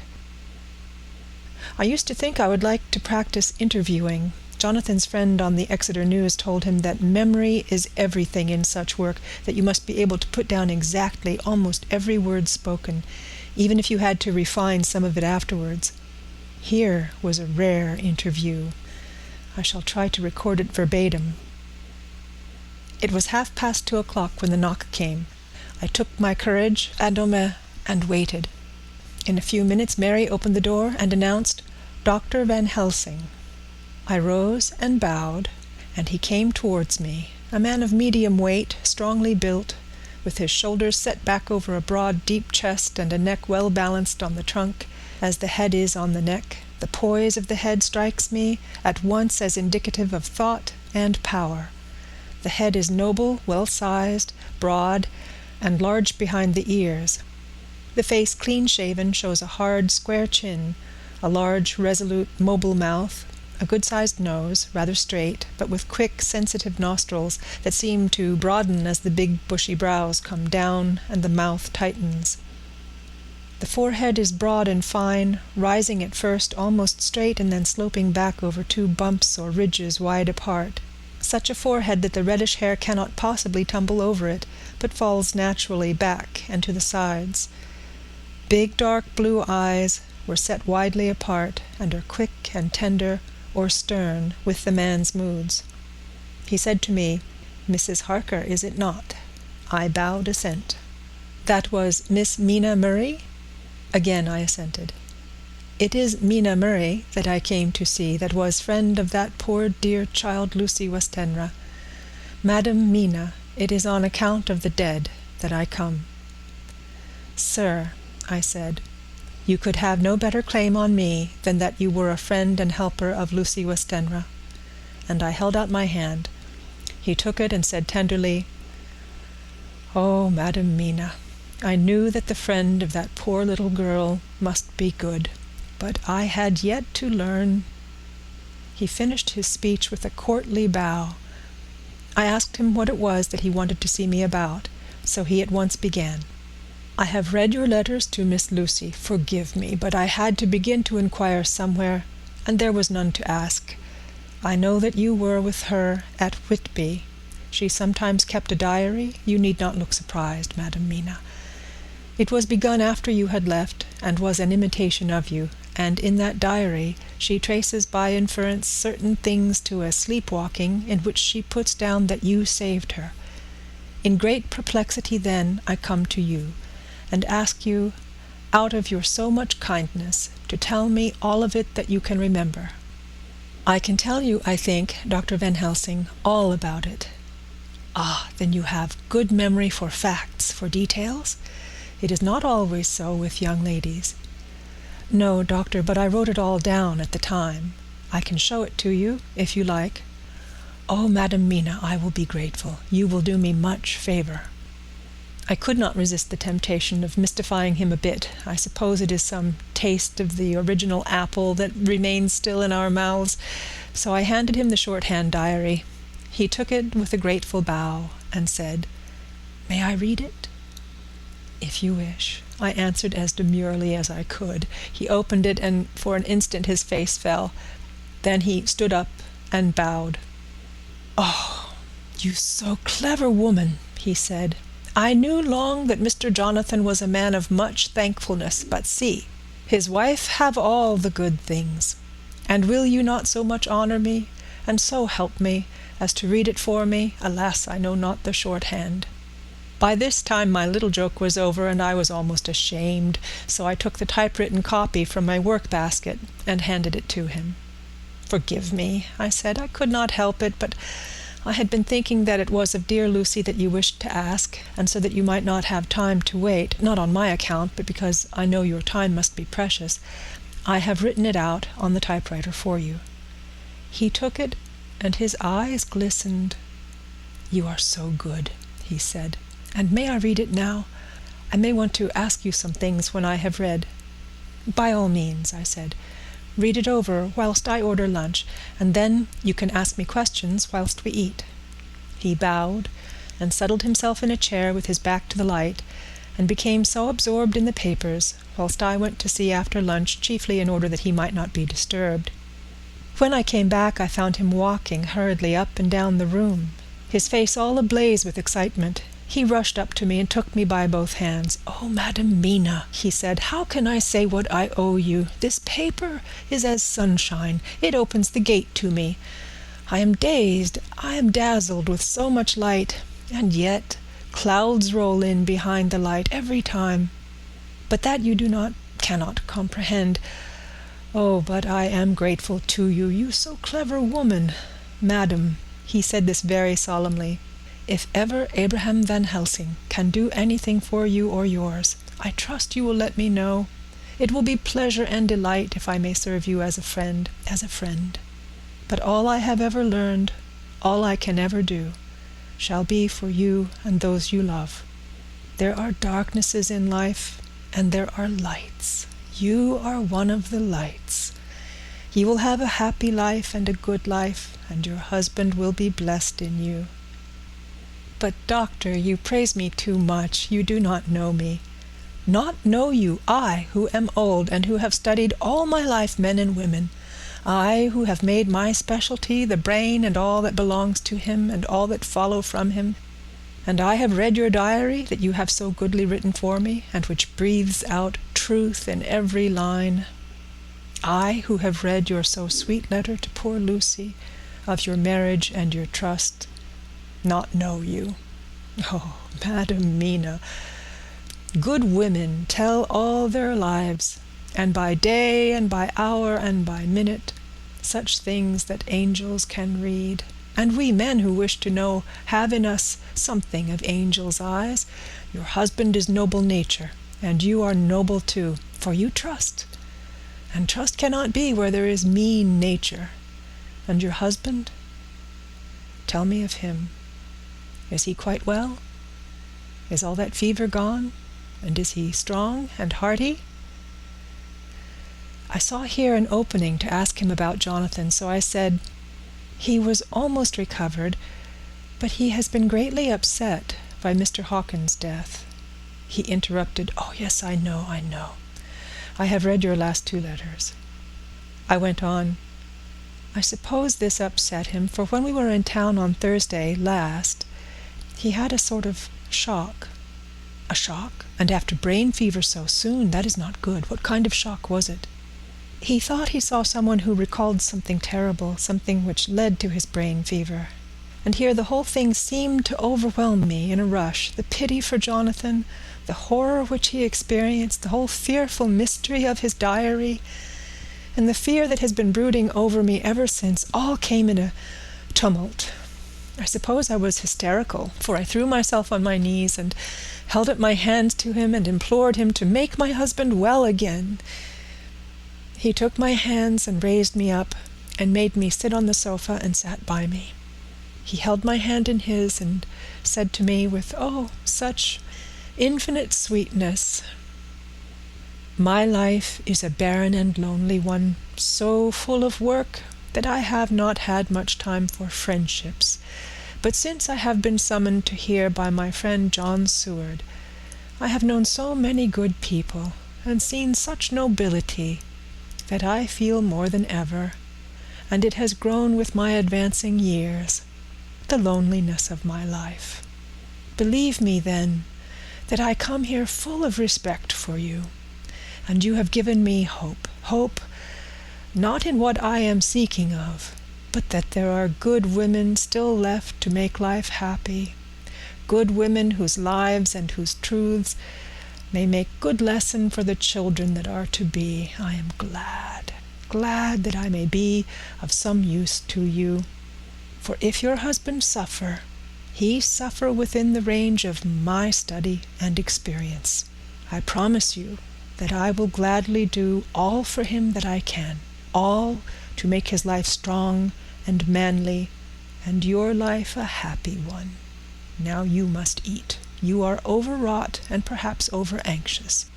Husband Jonathan would not like to see you so pale, and what he like not where he love is not to his good. Therefore, for his sake, you must eat and smile. You have told me about Lucy, and so now we shall not speak of it, lest it distress. I shall stay in Exeter tonight, for I want to think much over what you have told me, and when I have thought, I will ask you questions if I may. And then, too, you will tell me of husband Jonathan's trouble, so far as you can, but not yet. You must eat now. Afterwards you shall tell me all. After lunch, when we went back to the drawing-room, he said to me, "And now tell me all about him." When it came to speaking to this great learned man, I began to fear that he would think me a weak fool, and Jonathan a madman. That journal is all so strange. And I hesitated to go on, but he was so sweet and kind, and he had promised to help, and I trusted him. So I said, "Dr. Van Helsing, what I have to tell you is so queer that you must not laugh at me or at my husband. I have been since yesterday in a sort of fever of doubt. You must be kind to me, and not think me foolish that I have even half believed some very strange things." He reassured me by his manner as well as his words when he said, "Oh, my dear, if you only know how strange is the matter regarding which I am here, it is you who would laugh. I have learned not to think little of anyone's belief, no matter how strange it may be. I have tried to keep an open mind, and it is not the ordinary things of life that could close it, but the strange things, the extraordinary things, the things that make one doubt if they be mad or sane." Thank you 1,000 times. You have taken a weight off my mind. If you will let me, I shall give you a paper to read. It is long, but I have typewritten it out. It will tell you my trouble and Jonathan's. It is the copy of his journal when abroad, and all that happened. I dare not say anything of it. You will read it for yourself and judge, and then when I see you, perhaps you will be very kind and tell me what you think." "I promise," he said as I gave him the papers. "I shall in the morning, as soon as I can, come to see you and your husband, if I may. Jonathan will be here at 11:30, and you must come to lunch with us and see him then. You could catch the quick 3:34 train, which will leave you at Paddington before 8. He was surprised at my knowledge of the trains offhand, but he does not know that I have made up all the trains to and from Exeter, so that I may help Jonathan in case he is in a hurry. So he took the papers with him and went away, and I sit here thinking, I don't know what. Letter by hand. Van Helsing to Mrs. Harker. 25 September, 6 o'clock. Dear Madam Mina, I have read your husband's so wonderful diary. You may sleep without doubt. Strange and terrible as it is true. I will pledge my life on it. It may be worse for others, but for him and you there is no dread. He is a noble fellow, and let me tell you from experience of men, that one who would do as he did in going down that wall and to that room, aye, and going a second time, is not one to be injured in permanence by a shock. His brain and his heart are all right, this I swear, before I have even seen him, so be at rest. I shall have much to ask him of other things. I am blessed that today I come to see you, for I have learned all at once so much that again I am dazzled more than ever, and I must think. Yours the most faithful, Abraham Van Helsing. Letter, Mrs. Harker to Van Helsing. 25 September, 6:30 p.m. My dear Dr. Van Helsing, 1,000 thanks for your kind letter, which has taken a great weight off my mind. And yet, if it be true, what terrible things there are in the world, and what an awful thing if that man, that monster, be really in London. I fear to think. I have this moment, whilst writing, had a letter from Jonathan, saying that he leaves by the 6:25 tonight from Launceston, and will be here at 10:18, so that I shall have no fear tonight. Will you, therefore, instead of lunching with us, please come to breakfast at 8 o'clock, if this be not too early for you. You can get away, if you are in a hurry, by the 10:30 train, which will bring you to Paddington by 2:35. Do not answer this, as I shall take it that, if I do not hear, you will come to breakfast. Believe me, your faithful and grateful friend, Mina Harker. Jonathan Harker's Journal, 26 September. I thought never to write in this diary again, but the time has come. When I got home last night, Mina had supper ready, and when we had supped, she told me of Van Helsing's visit, and of her having given him the 2 diaries copied out, and of how anxious she has been about me. She showed me in the doctor's letter that all I wrote down was true. It seems to have made a new man of me. It was the doubt as to the reality of the whole thing that knocked me over. I felt impotent and in the dark and distrustful. But now that I know, I am not afraid, even of the Count. He has succeeded after all, then, in his design in getting to London, and it was he I saw. He has got younger, and how? Van Helsing is the man to unmask him and hunt him out, if he is anything like what Mina says. We sat late and talked it over. Mina is dressing, and I shall call at the hotel in a few minutes and bring him over. He was, I think, surprised to see me. When I came into the room where he was and introduced myself, he took me by the shoulder and turned my face round to the light and said, after a sharp scrutiny, "But Madam Mina told me you were ill, that you had had a shock." It was so funny to hear my wife called Madam Mina by this kindly, strong-faced old man. I smiled and said, "I was ill. I have had a shock, but you have cured me already." "And how?" "By your letter to Mina last night. I was in doubt, and then everything took a hue of unreality, and I did not know what to trust, even the evidence of my own senses. Not knowing what to trust, I did not know what to do, and so had only to keep on working in what had hitherto been the groove of my life. The groove ceased to avail me, and I mistrusted myself. Doctor, you don't know what it is to doubt everything, even yourself. No, you don't. You couldn't with eyebrows like yours." He seemed pleased and laughed, as he said, "So, you are a physiognomist. I learn more here with each hour. I am with so much pleasure coming to you to breakfast, and oh, sir, you will pardon praise from an old man, but you are blessed in your wife." I would listen to him go on praising Mina for a day, so I simply nodded and stood silent. "She is one of God's women, fashioned by his own hand to show us men and other women that there is a heaven where we can enter, and that its light can be here on earth. So true, so sweet, so noble, so little an egoist, And that, let me tell you, is much in this age so skeptical and selfish. And you, sir, I have read all the letters to poor Miss Lucy, and some of them speak of you, so I know you since some days from the knowing of others. But I have seen your true self since last night. You will give me your hand, will you not? And let us be friends for all our lives." We shook hands, and he was so earnest and so kind that it made me quite choky.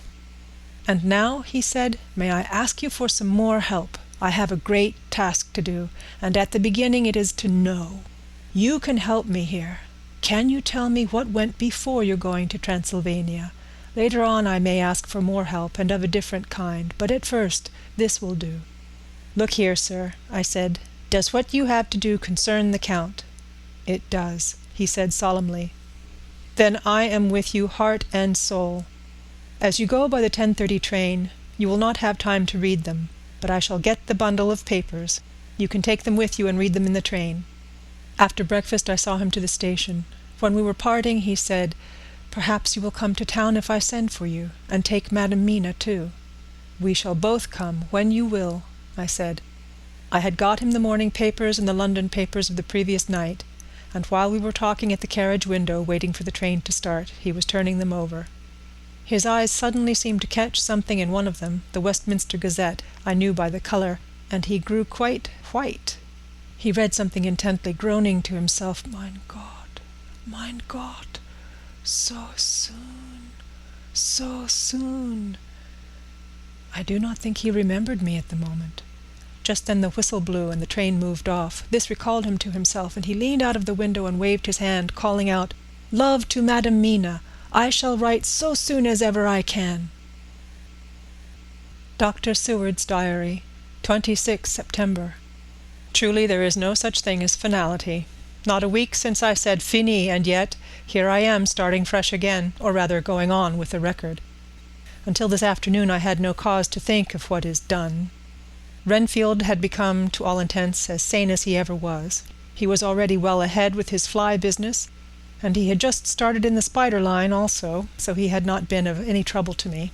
I had a letter from Arthur, written on Sunday, and from it I gather that he is bearing up wonderfully well. Quincey Morris is with him, and that is of much help, for he himself is a bubbling well of good spirits. Quincey wrote me a line too, and from him I hear that Arthur is beginning to recover something of his old buoyancy. So as to them, all my mind is at rest. As for myself, I was settling down to my work with the enthusiasm which I used to have for it, so that I might fairly have said that the wound which poor Lucy left on me was becoming cicatrized. Everything is, however, now reopened, and what is to be the end, God only knows. I have an idea that Van Helsing thinks he knows too, but he will only let out enough at a time to whet curiosity. He went to Exeter yesterday and stayed there all night. Today he came back and almost bounded into the room at about 5:30 and thrust last night's Westminster Gazette into my hand. "What do you think of that?" he asked as he stood back and folded his arms. I looked over the paper, for I really did not know what he meant, but he took it from me and pointed out a paragraph about children being decoyed away at Hampstead. It did not convey much to me until I reached a passage where it described small puncture wounds on their throats. An idea struck me, and I looked up. "Well," he said. "It's like poor Lucy's." "And what do you make of it?" "Simply that there is some cause in common. Whatever it was that injured her has injured them." I did not quite understand his answer. "That is true indirectly, but not directly." "How do you mean, Professor?" I asked. I was a little inclined to take his seriousness lightly, for, after all, 4 days of rest and freedom from burning, harrowing anxiety does help to restore one's spirits. But when I saw his face, it sobered me. Never, even in the midst of our despair about poor Lucy, had he looked more stern. "Tell me," I said. "I can hazard no opinion. I do not know what to think, and I have no data on which to found a conjecture." "Do you mean to tell me, friend John, that you have no suspicion as to what poor Lucy died of? Not, after all the hints given, not only by events, but by me?" of nervous prostration following a great loss or waste of blood. And how was the blood lost or wasted? I shook my head. He stepped over and sat down beside me, and went on, "You are a clever man, friend John. You reason well, and your wit is bold, but you are too prejudiced. You do not let your eyes see, nor your ears hear, and that which is outside your daily life is not of account to you. Do you not think that there are things which you cannot understand, and yet which are? That some people see things that others cannot? But these are things old and new which must not be contemplated by men's eyes, because they know, or think they know, some things which other men have told them. Ah! It is the fault of our science that it wants to explain all, and if it explain not, then it says there is nothing to explain. But yet we see around us every day the growth of new beliefs, which think themselves new, and which are yet but the old, which pretend to be young, like the fine ladies at the opera. I suppose now you do not believe in corporeal transference? No? Nor in materialization? No? Nor in astral bodies? No? Nor in the reading of thought? No? Nor in hypnotism? Yes, I said. Charcot has proved that pretty well. He smiled as he went on. Then you are satisfied as to it, yes? And of course then you understand how it act, and how can follow the mind of the great Charcot, alas that he is no more, into the very soul of the patient that he influenced? No? Then, friend John, am I to take it that you simply accept fact? That you are satisfied to let from premise to conclusion be a blank? No? Tell me, for I am a student of the brain, how you accept hypnotism and reject the thought-reading. Let me tell you, my friend, that there are things done today in electrical science which would have been deemed unholy by the very man who discovered electricity, and who would themselves not so long before been burned as wizards. There are always mysteries in life. Why was it that Methuselah lived 900 years old, and old Parr 169, and yet that poor Lucy, with 4 men's blood in her poor veins, could not live even one day? For had she lived one more day, we could save her. Do you know all the mystery of life and death? Do you know the altogether of comparative anatomy, and can say wherefore the qualities of brutes are in some men and not in others? Can you tell me why, when other spiders die small and soon, that one great spider lived for centuries in the tower of the old Spanish church, and grew, till on descending he could drink the oil of all the church lamps? Can you tell me why in the Pampas, aye, and elsewhere, there are bats that come out at night and open the veins of cattle and horses and suck dry their veins? How in some islands of the western seas there are bats which hang on the trees all day, and those who have seen describe as like giant nuts or pods, and that when the sailors sleep on the deck, because that it is hot, flit down on them, and then in the morning are found dead men, white as even Miss Lucy was. Good God, Professor, I said, starting up, do you mean to tell me that Lucy was bitten by such a bat? And that such a thing is here in London in the 19th century? He waved his hand for silence and went on. Can you tell me why the tortoise lives more long than generations of men, why the elephant goes on till he sees dynasties, and why the parrot never die only of bite of cat or dog or other complaint? Can you tell me why men believe in all ages and places that there are men and women who cannot die? We all know, because science has vouched for the fact, that there have been toads shut up in rocks for thousands of years, shut in one so small hole that only hold him since the youth of the world. Can you tell me how the Indian fakir can make himself to die and have been buried, and his grave sealed, and corn sowed on it, and the corn reaped and be cut and sown and reaped and cut again, and then men come and take away the unbroken seal, and that there lie the Indian fakir, not dead, but that rise up and walk amongst them as before? Here I interrupted him. I was getting bewildered. He so crowded on my mind his list of nature's eccentricities and possible impossibilities that my imagination was getting fired.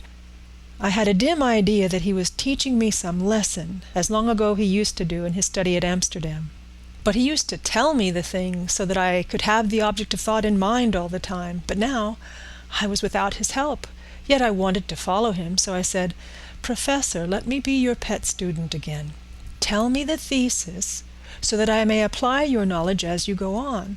At present I am only going in my mind from point to point as a madman, and not a sane one, follows an idea. I feel like a novice lumbering through a bog in a mist, jumping from one tussock to another in the mere blind effort to move on, without knowing where I am going." "That is a good image," he said. "Well, I shall tell you. My thesis is this: I want you to believe." "To believe what?" "To believe in things that you cannot." Let me illustrate. I heard once of an American who so defined faith: "That faculty which enables us to believe things which we know to be untrue." For one, I follow that man. He meant that we shall have an open mind and not let a little bit of truth check the rush of the big truth, like a small rock does a railway truck. We get the small truth first, good. We keep him, and we value him. But all the same, we must not let him think himself all the truth in the universe. Then you want me not to let some previous conviction inure the receptivity of my mind with regard to some strange matter. Do I read your lesson aright? Ah, you are my favorite pupil still. It is worth to teach you. Now that you are willing to understand, you have taken the first step to understand. You think, then, that those so small holes in the children's throats were made by the same that made the holes in Miss Lucy? I suppose so. He stood up and said solemnly, "Then you are wrong. Oh, would it were so, but alas, no. It is worse, far, far worse." "In God's name, Professor Helsing, what do you mean?" I cried. He threw himself with a despairing gesture into a chair and placed his elbows on the table, covering his face with his hands as he spoke. "They were made by Miss Lucy." End of chapter 14.